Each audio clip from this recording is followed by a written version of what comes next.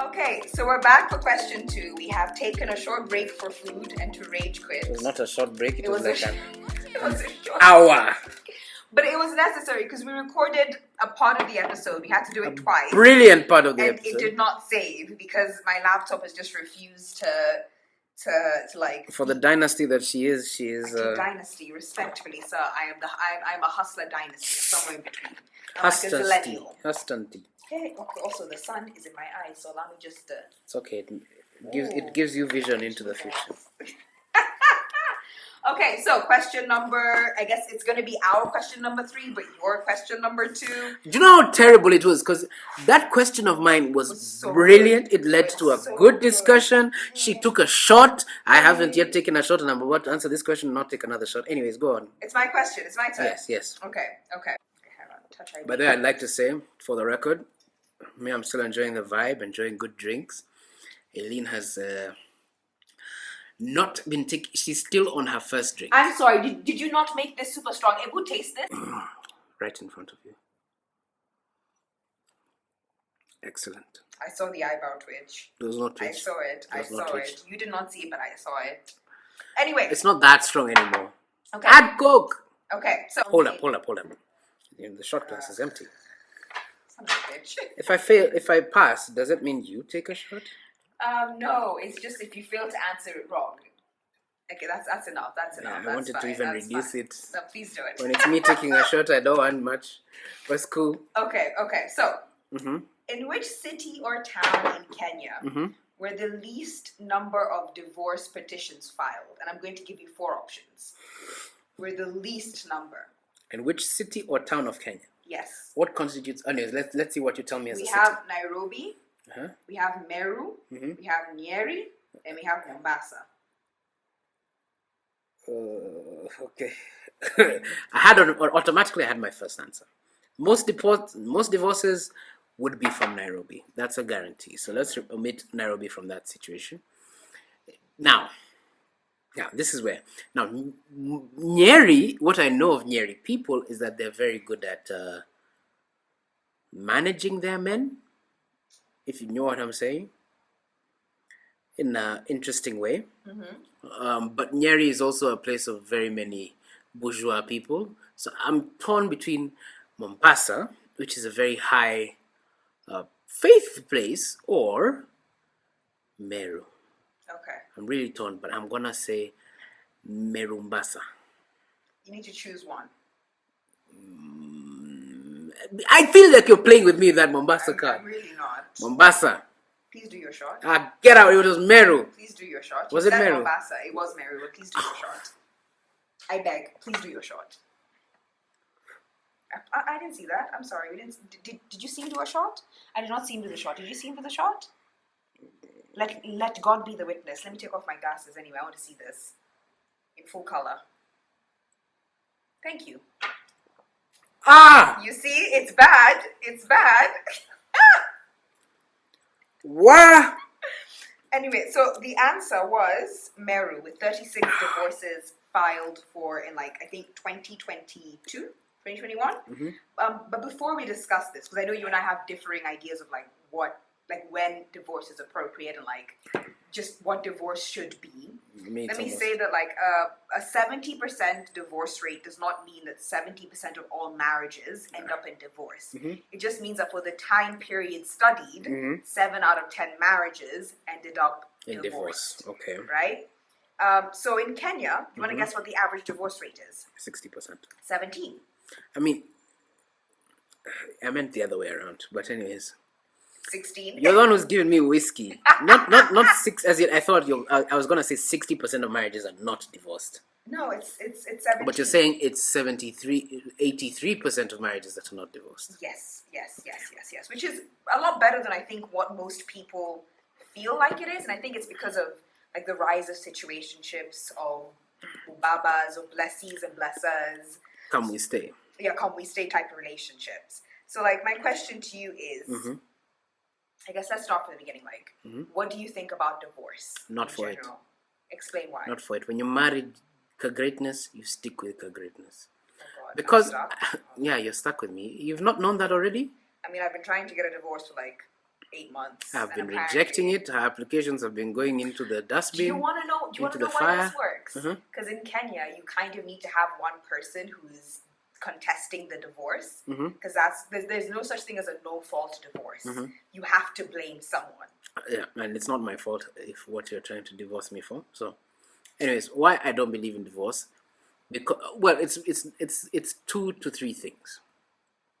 I believe there are circumstances in which a divorce is acceptable. In matters of abuse, I think that's quite guaranteed. If it's coming against your life, please don't even ask the question. Wait, keep talking because I want to get my tea. I promise I'm listening. Your tea is cold, by the way. It's not cold. How dare you? I believe in a different concept of the whole idea of love. I believe marriage is not just about love. If you get what I'm saying. What is marriage about then? It's not about love. building lasting relationships. But is the basis So of okay. relationships So my not problem love? is modern definition of love. We want this Instagram love, which unfortunately I don't believe exists. It doesn't. I believe that what people don't understand that it's all about building a relationship. This is someone you see every day when you're in your worst mood, your best mood, you're in your terrible condition. If you're unwell, this is the person who sees you. If you're messing anything, they see you. If you've done anything correct, they bring you back to line. So, in my opinion, if you go in with that mind of building a lasting relationship, divorce is not really an eventuality. However, I mean, it can be contested, but I've seen many relationships succeed 30 years plus.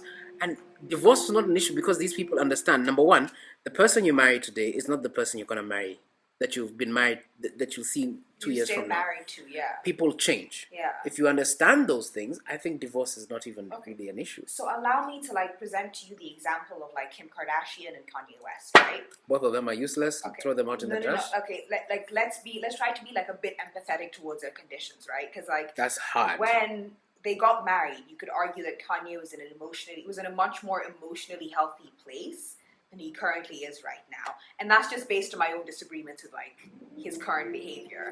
But is it why should you expect somebody to remain with a partner that no longer adds value to their life? Why should you expect somebody to remain shackled to somebody who gives them nothing but suffering and pain? That's not fair. Already have a problem with what you said in terms of add value to your life. Yes. I think that's a very modern individualistic take. But it's not what it is. You're building something, not just for you. You're building something beyond yourself. You're trying to build something that will grow beyond you. And so when you say it is for your life, it's not just your life. And second of all, number one, I believe in the concept of for better or for worse. You see that eye roll? My God, that eye! Oh. It's because there's a certain point in which you can no longer you've done your best. Yes. But it is no longer your responsibility to continue going on this journey. What makes it no longer your responsibility? For example, and I'm going to speak from my perspective, right? Because I suffer from mental health issues, right? If I'm at a point where I can no longer reciprocate the love and affection that my partner is giving me, if I'm at a point where all I'm doing is actively hurting them and making them miserable, then I would not want them to stay with me because it's not fair to them. Is that for a season or is that for forever? It could be for a season, it could be for 'Cause forever, if it's but for at a some season, point that separation might be, even for a time, might be necessary just so you can figure out your own shit. If I can give you, see, I'm telling you, my opinion on the whole issue is poor, but let's use the example of our work marriage is actually our marriage, for example. What is the pause for? I didn't pause. I just pieced up. Just pieced up. Okay. To be honest, it's also me testing the lag time on this thing because it keeps jumping, and it's gonna show up on the recording. But you know, as I've said from the very beginning, Utadu. Sure. I'm a bit high, so don't work with me. Go on. You're saying we're using this. We're using the example of our work marriage is actually our marriage. If you're in a situation like that, my first responsibility is to love you through it. Is to support you. Sometimes it gets beyond me. That's where you seek support from the community, not necessarily in telling them your shit, but in getting support. Me saying that yes, there's some circumstances, for example, where it goes beyond what I can do. But sometimes I can say, okay, What she's really showing me, I really need to get the expert of a health psychologist to come and actually look at it, treat it, see what the issue is. I've heard stories of people who have had extreme cases of schizophrenia or extreme cases of bipolar, and their marriages have, for the most part, continued. Not always been happy, but the person who understands that this person is not going to be perfect all the time takes the brunt. As long as you can absorb it, you can grow through it. That's and like also, as long as you can and also, absorb it. also using that marriage context. So you've had your mental health issues. I have issues. So you also have to absorb my issues. That's fine. So me absorbing your issues doesn't mean No, but that's the point. Mm-hmm. It's a point of marriage is not a blank check for you to deal with all my shit. it is. It's not. Why not? Because it's not emotionally healthy for me, nor is it emotionally healthy for you. It and is. I'm speaking about this like as a woman Mm-hmm. who, for the most part, like society has expected to just occupy this role of constantly putting up with her man's shit, Mm-hmm.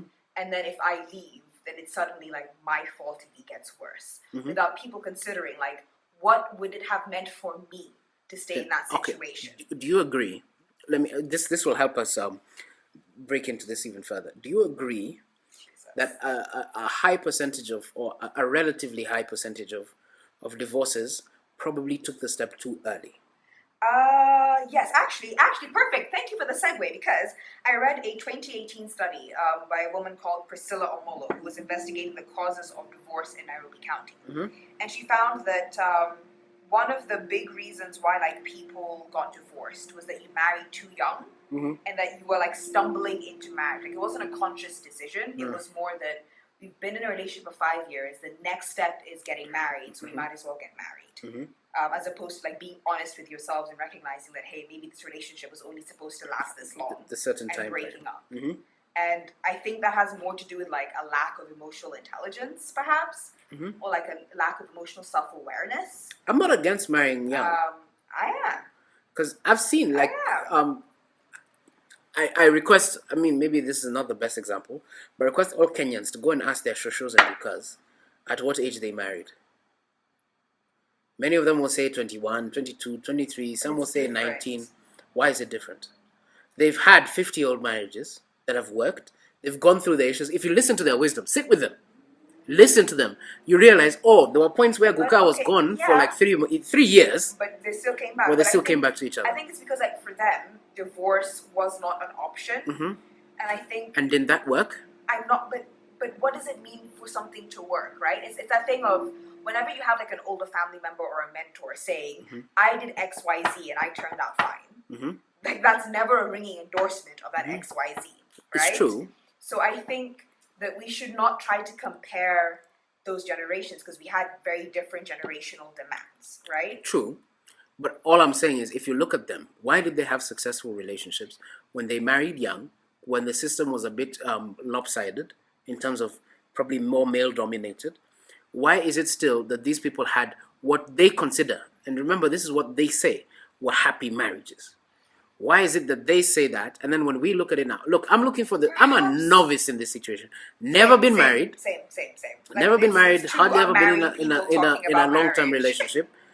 However, you have to ask that question. Of course, maybe I'll be married, and then 10 years from now, I'll be getting my own divorce. But for me, it's just, if we go in with set expectations, so let's say, continuing using the example of you and I, we set our expectations. I tell you, by the way, Aileen, this is what I believe in. I believe that our kids have to go to church. I believe that in a certain amount of giving. I believe in the family unit in a certain way. These are the things I believe in. I believe that we need to have kids, whether it's 10. I'm just saying. I don't want 10 kids. Relax. But I'm just saying, like, there are some people who want 10 kids. Jesus. If I make my demands clear, and you say that beyond those demands, we can meet an even place and grow a marriage together, I think then what is it? As long as I'm honest with you, sometimes what I do agree in some divorces is deceit. Like if I tell you I'm okay with it. For example, you have a lot of marriages that divorce because the man agrees with the woman who says she doesn't want kids. And then he changes his mind or she changes her mind and it's a... He's never changed his mind. He always wanted kids. He just didn't want to lose her. Or he thought he could convince her. Or he thought he could convince her. You see, there's an issue because our demands didn't meet. Okay. So I think then it's best for us to, like, before we continue this conversation, like, establish the grounds that we both agree on are, like, for want of a better word, legitimate grounds for divorce. So, like, for me, one is adultery.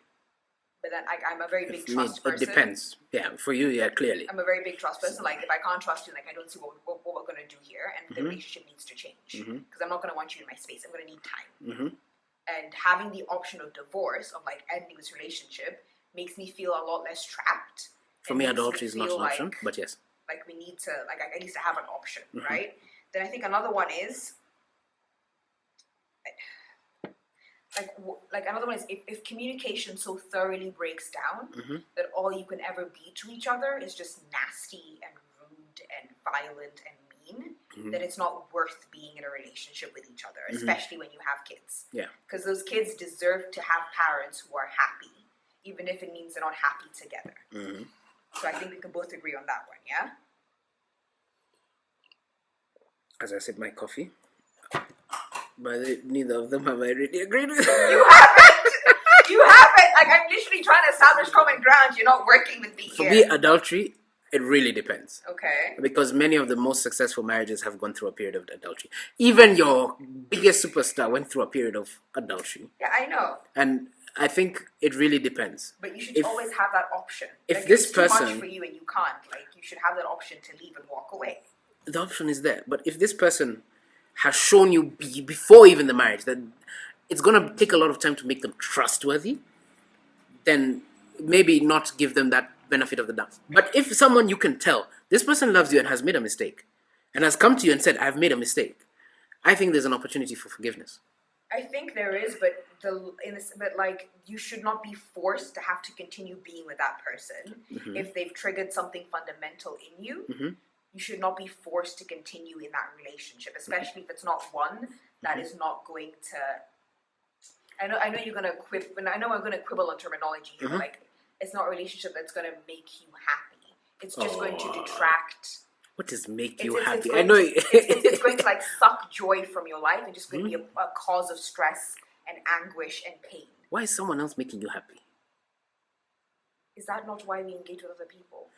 I mean, like, happiness is the my issue of making me like, happy, making me happy. It's not about making you happy. But I'm of the belief that if you engage in a relationship with somebody else, you should do it for selfish reasons. Like, you want to be with this person because they make you happy and you want to make them happy. Like, it's selfishness and selflessness constantly warring against each other, right? To the point of, like, this is gonna come off really toxic, but, like, I want to be with this person and nobody else can have them because they're mine. Which is it's a very toxic thing to say. But I feel that way with my partners sometimes. Like, no. Right? Yeah, it's a good thing. That's what keeps me coming back, like, because whenever I stop feeling that feeling, that's when I know, like, there's no coming back from this. Like, when I'm ready to be like, I'm done.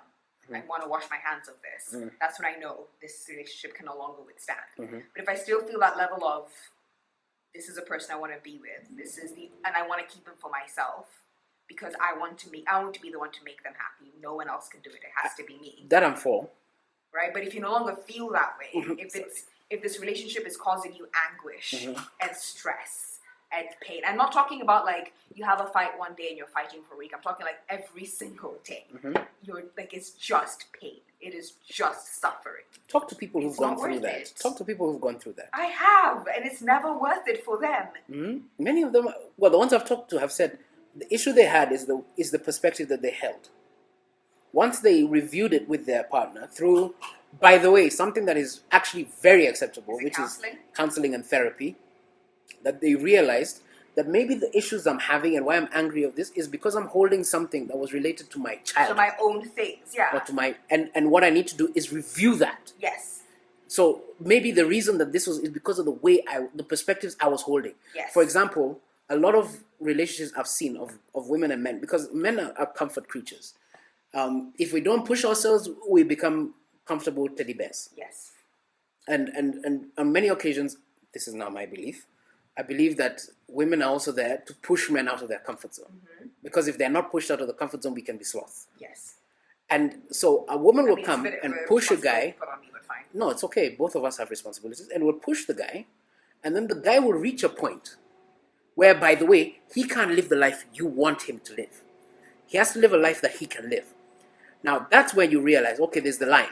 I can push him, but maybe I'm pushing him to a place and a life he never could have lived. Like, I wanted him to be a billionaire, and maybe that's not what his lease was in life. I think. And then what was the second thing you said? So the first one was adultery, the second one was? The second one was like when you've gotten to a point in your communication where it is just that nasty. And I was saying I also disagree. No, because I think your point coming up, you have counselling where you can remedy that type of miscommunication. I'm saying most of this communication can be remedied. Through counselling. But what if it genuinely can't? Like, what if you need that space, that legal distance, in order to like create a relationship with somebody that allows you to be respectful and allows you to have that semblance of care and compassion. This is like, all I'm trying to say is that, like, I understand that there are remedies to fixing these relationships. Like, I get it. But these remedies existing does not obviate the need for a divorce. This is sometimes divorce just needs to exist as a thing that people can access because shit is just that fucked up, and you need to be able to walk away completely. This is where I agree with you when you spoke about how sometimes people don't realize that some relationships are made for a season. Yes. Damn, those shits are actually cool. Thank you. You know, I got them for free. That is really bad. Was it because of being a lady? Oh, no.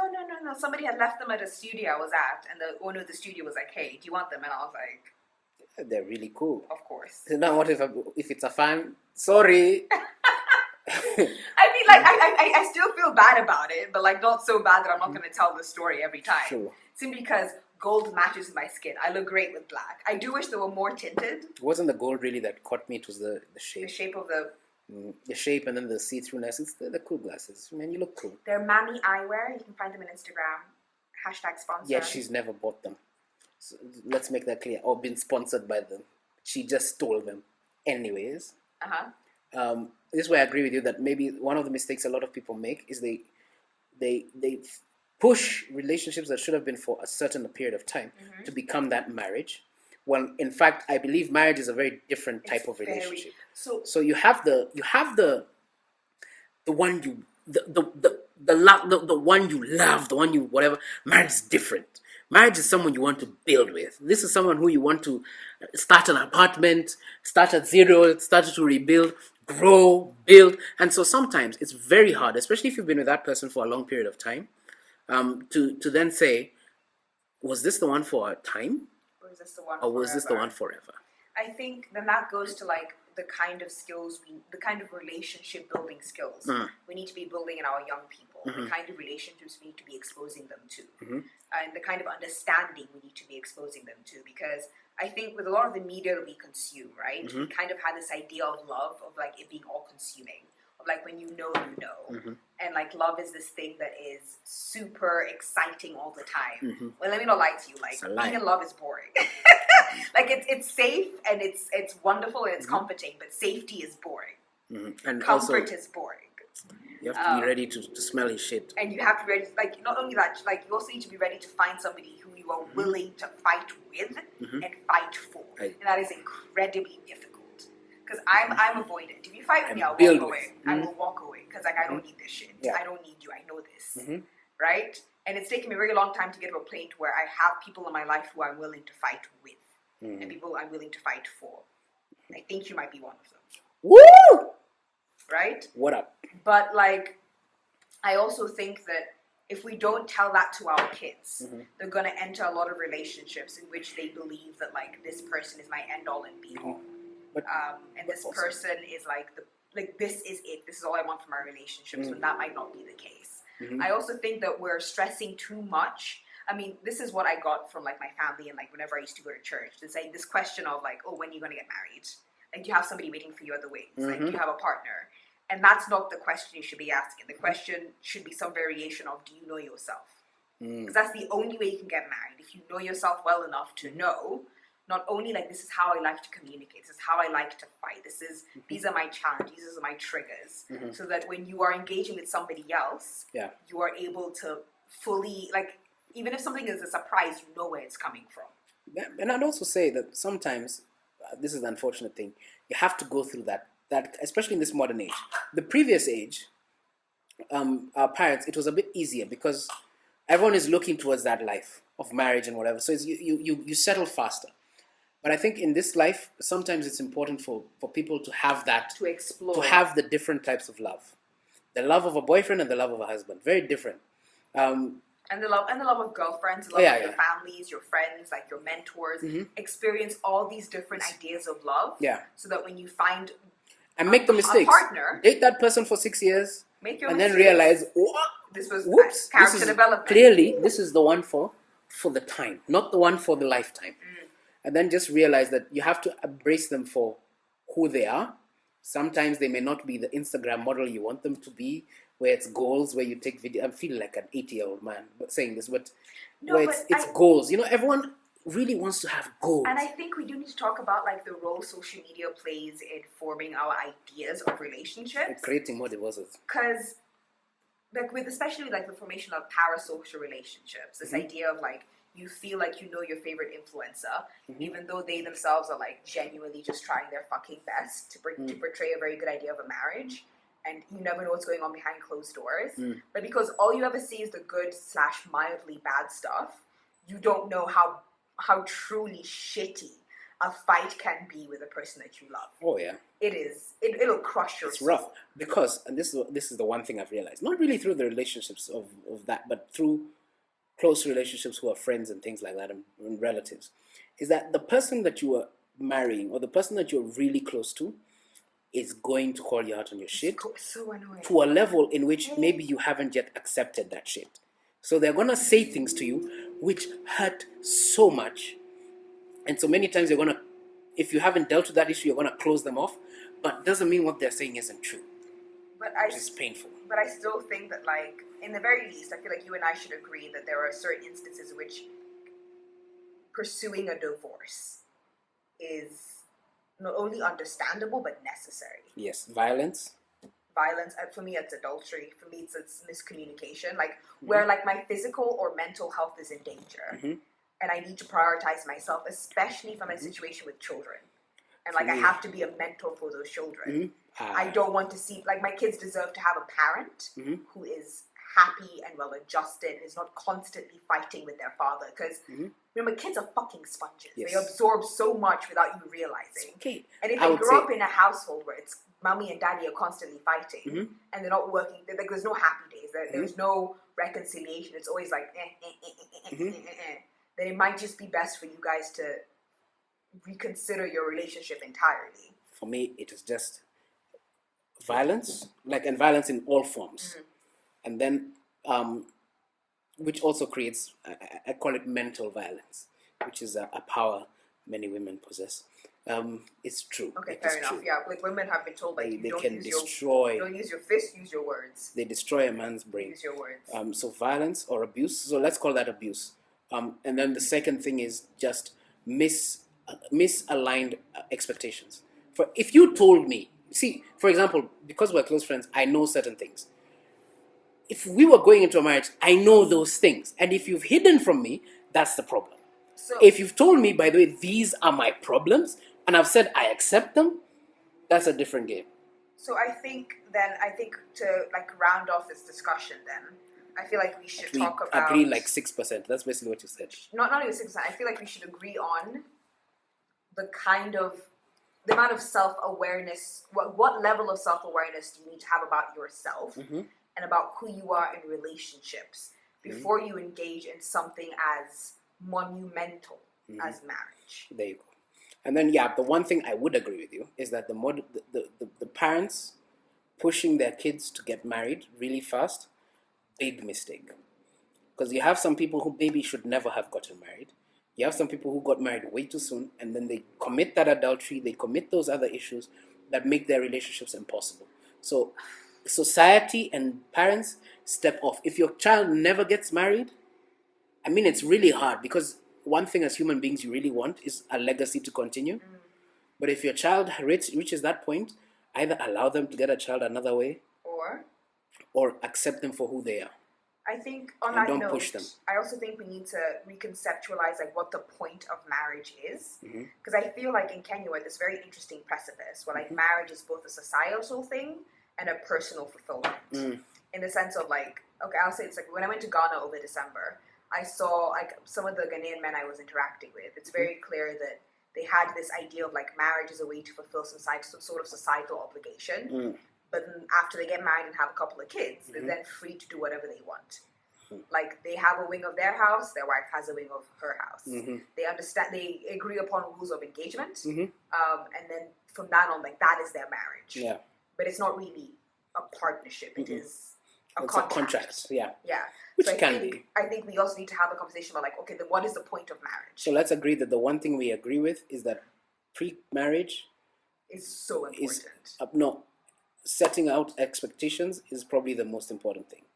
Because if that guy, like if using the example of you with another guy, and he tells you, by the way, I want to get married because I want to become the CEO of this company, and no married man, no unmarried man is going to get there. This is my goals. I'm not ready to settle down. Are you okay? You'll find many women who say, yeah. But if you come and if you cheat someone and tell them, yeah, I'm ready to settle down, and you were never ready, there's the problem. Yeah. Okay, so allow us to pause. We'll be right back because we need to, again, we're working with my busty ass computer. She's doing her best. Is she? Okay. Is she though? She's doing her best, goddammit. Is she though? She is. You have to be so salty, like damn. She's doing her best. Yeah.